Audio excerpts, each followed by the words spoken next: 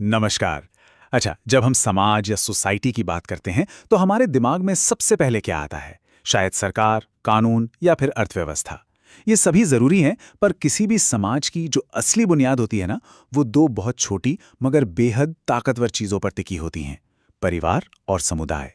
तो चलिए आज भारत के कुछ शानदार उदाहरणों से इन दोनों स्तंभों की ताकत और गहराई को समझते हैं। तो आज का हमारा सफर कुछ इस तरह का रहेगा। हम शुरुआत करेंगे परिवार से, जो समाज की नींव है। फिर हम एकल और संयुक्त परिवार के बीच के फर्क को समझेंगे। इसके बाद कुछ कहानियों के जरिए पारिवारिक मूल्यों को जानेंगे और फिर वहां से आगे बढ़कर समुदाय की शक्ति को देखेंगे, जिसमें हलमा जैसी सेवा की एक बहुत ही खास परंपरा और आज के जमाने में उसकी अहमियत पर भी बात करेंगे। तो चलिए सबसे पहले बात करते हैं उस जगह की जो हम सबकी पहली पाठशाला होती है, जहां जिंदगी के पहले सबक सीखे जाते हैं। जी हां, हम बात कर रहे हैं परिवार की, जो किसी भी समाज की सबसे पहली और सबसे मजबूत इकाई है। जरा इस तस्वीर को देखिए।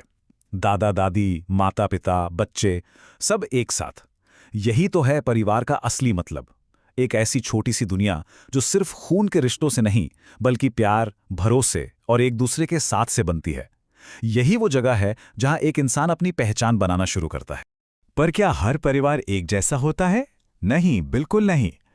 वक्त के साथ परिवार का रूप भी बदला है। तो आइए भारत में जो दो मुख्य तरह के पारिवारिक ढांचे हैं, एकल और संयुक्त, उन्हें थोड़ा और करीब से देखते हैं। यहाँ दो अलग-अलग तस्वीरें हैं। एक तरफ है संयुक्त परिवार, जहाँ दादा दादी, चाचा चाची, ताऊ ताई, चचेरे भाई बहन सब एक ही छत के नीचे रहते हैं। मतलब एक पूरा का पूरा गांव जैसे एक ही घर में बसता हो। और दूसरी तरफ है एकल परिवार, जिसमें माता पिता और उनके बच्चे होते हैं, जो आजकल शहरों में ज्यादा देखने को मिलता है। और यहाँ इन तस्वीरों में ये फर्क एकदम साफ दिखता है ना? संयुक्त परिवार में जहाँ एक साथ मिलकर रहने का एक उत्सव जैसा माहौल है, वहीं एकल परिवार में एक अलग तरह का अपनापन और शांति दिखती है। दोनों के अपने अपने फायदे हैं, अपनी चुनौतियां हैं, लेकिन दोनों का आधार एक ही है: अपनेपन का एहसास। देखिए, परिवार का मतलब सिर्फ एक छत के नीचे रहना नहीं होता।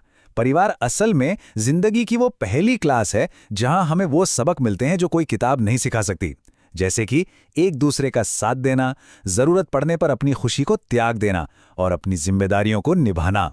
लेकिन ये मूल्य, ये वैल्यूज सिर्फ सुनने में अच्छी लगती हैं या असल जिंदगी में भी काम आती हैं? इसे समझने के लिए चलिए केरल चलते हैं और ओणम के त्योहार के बहाने शालिनी नाम की एक लड़की की कहानी सुनते हैं। तो कहानी ये है कि शालिनी को ओणम पर एक सुंदर सी रेशमी पोशाक चाहिए थी, लेकिन हुआ ये कि उसके चाचा की नौकरी चली गई थी और परिवार में पैसों की थोड़ी तंगी थी। तो शालिनी के माता पिता ने अपने पैसों से पहले चाचा के परिवार के लिए कपड़े खरीदे और शालिनी को मिली एक साधारण सूती पोशाक। शालिनी ने चुपचाप उसे अपना लिया। ये एक छोटा सा त्याग था, पर बहुत गहरा, जहां परिवार की जरूरत अपनी इच्छा से बड़ी हो गई। शालिनी थोड़ी उदास तो थी। तब उसकी दादी, उसकी अच्चम्मा ने उसे पास बिठाकर समझाया, परिवार में सब एक दूसरे की मदद करते हैं और जो भी अपने पास होता है उसे आपस में बांटते हैं। कितनी सीधी साधी बात है, लेकिन इसमें भारतीय परिवार का पूरा सार छिपा है: एक दूसरे का सहारा बनना। तो त्याग और साझा करना तो हमने देख लिया, पर परिवार के मूल्य सिर्फ यहीं तक सीमित नहीं है, वो वक्त के साथ बदलते भी हैं। अब चलिए मेघालय, जहां तेंजिंग की कहानी हमें बताती है कि कैसे आज के जमाने में परिवार पारंपरिक भूमिकाओं को बदलकर एक दूसरे का साथ देते हैं। तेंजिंग के घर का माहौल देखिए। उसकी माँ काम पर जाती हैं तो उसके पिता घर के कामों में और खाना बनाने में हाथ बटाते हैं। दादाजी उसे होमवर्क में मदद करते हैं और दादी के पास तो कहानियों का खजाना है। मतलब यहाँ कोई काम मर्द का या औरत का नहीं है। यहाँ हर कोई अपनी अपनी जिम्मेदारी निभा रहा है और यही एक मजबूत और बदलते हुए परिवार की पहचान है। तो अगर परिवार एक मजबूत धागा है, तो सोचिए जब ऐसे हजारों धागे एक साथ मिल जाएं तो क्या बनेगा? एक खूबसूरत कपड़ा, और उसी कपड़े को हम कहते हैं समुदाय। तो चलिए अब परिवार के दायरे से बाहर निकलकर समुदाय की शक्ति को देखते हैं। तो ये समुदाय है क्या असल में? बस एक ही जगह पर रहने वाले कुछ घर? नहीं। समुदाय तब बनता है जब ये परिवार एक दूसरे के सुख दुख में, त्योहारों में, खेतीबाड़ी में और पानी जमीन जैसे संसाधनों को संभालने में साथ खड़े होते हैं। ये आपसी समर्थन का एक बहुत ही ताकतवर नेटवर्क है और इसी सामुदायिक भावना की एक ऐसी मिसाल है जो सच में हैरान कर देती है। ये कहानी है मध्य प्रदेश की भील जनजाति की और उनकी सदियों पुरानी परंपरा की, जिसे कहते हैं हलमा। ये सेवा और एकता का एक अद्भुत उदाहरण है। जरा सोचिए, एक पूरा का पूरा इलाका सूखे की मार झेल रहा है, जमीन बंजर होती जा रही है और पानी की एक एक बूंद कीमती है। जब भील समुदाय के सामने ये भयानक संकट आया तो वे किसी बाहरी मदद का इंतजार नहीं कर सकते थे। उन्हें इसका हल मिलकर ही खोजना था। और उनका जवाब था हलमा। देखिए, हलमा सिर्फ मिलकर काम करना नहीं है, ये एक सोच है, एक ऐसा भाव जहां लोग किसी मुसीबत में फंसे इंसान या परिवार की मदद करने के लिए इकट्ठा होते हैं, बिना किसी पैसे या स्वार्थ के। ये एक सेवा है, एक दूसरे के प्रति और अपनी धरती माँ के प्रति एक कर्तव्य। इस तस्वीर को देखिए, ये कोई मेला या कोई रैली नहीं है। ये हजारों लोग हैं जो अपने हाथों में फावड़े और तसले लेकर अपनी जमीन को बचाने के लिए एक साथ आए हैं। यही है हलमा की ताकत, जहां पूरा का पूरा समुदाय एक मकसद के लिए एक हो जाता है।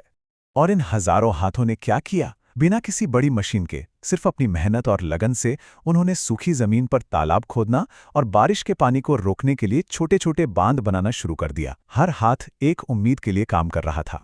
और उनके इस सामूहिक प्रयास का नतीजा वो किसी चमत्कार से कम नहीं था। जो जमीन कभी सूखी और बंजर थी, वो अब हरी भरी हो गई। तालाब पानी से लबालब भर गए। उन्होंने सिर्फ अपने लिए नहीं, बल्कि अपनी आने वाली कई पीढ़ियों के भविष्य को संवार दिया। अक्सर ऐसा लगता है कि ऐसी कहानियां बस गांव तक ही सीमित हैं। शहरों की भाग दौड़ भरी जिंदगी में ये सब कहाँ मुमकिन है?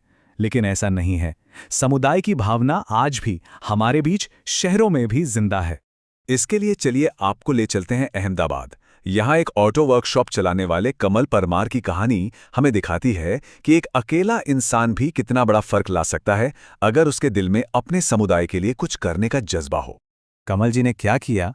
अपने काम के बाद उन्होंने अपनी वर्कशॉप के बाहर सड़क पर ही कुछ गरीब बच्चों को पढ़ाना शुरू कर दिया। ये एक छोटी सी शुरुआत थी, लेकिन इसकी गूंज पूरे मोहल्ले में सुनाई दी। जल्द ही दूसरे लोग भी मदद के लिए आगे आए और देखते देखते वो छोटी सी क्लास 150 बच्चों के एक स्कूल में तब्दील हो गई। एक इंसान की पहल पूरे समुदाय की जिम्मेदारी बन गई। तो शालिनी के छोटे से त्याग से लेकर हलमा की इतनी बड़ी सामूहिक शक्ति तक और कमल परमार की एक पहल, ये सारी कहानियां हमें एक सवाल के साथ छूट जाती हैं। आज की इस तेज रफ्तार और जटिल दुनिया में हमारे लिए हमारे परिवार और हमारे समुदाय के असल में क्या मायने हैं? हम इन रिश्तों की डोर को कैसे और मजबूत कर सकते हैं? इस पर जरूर सोचिएगा। नमस्कार।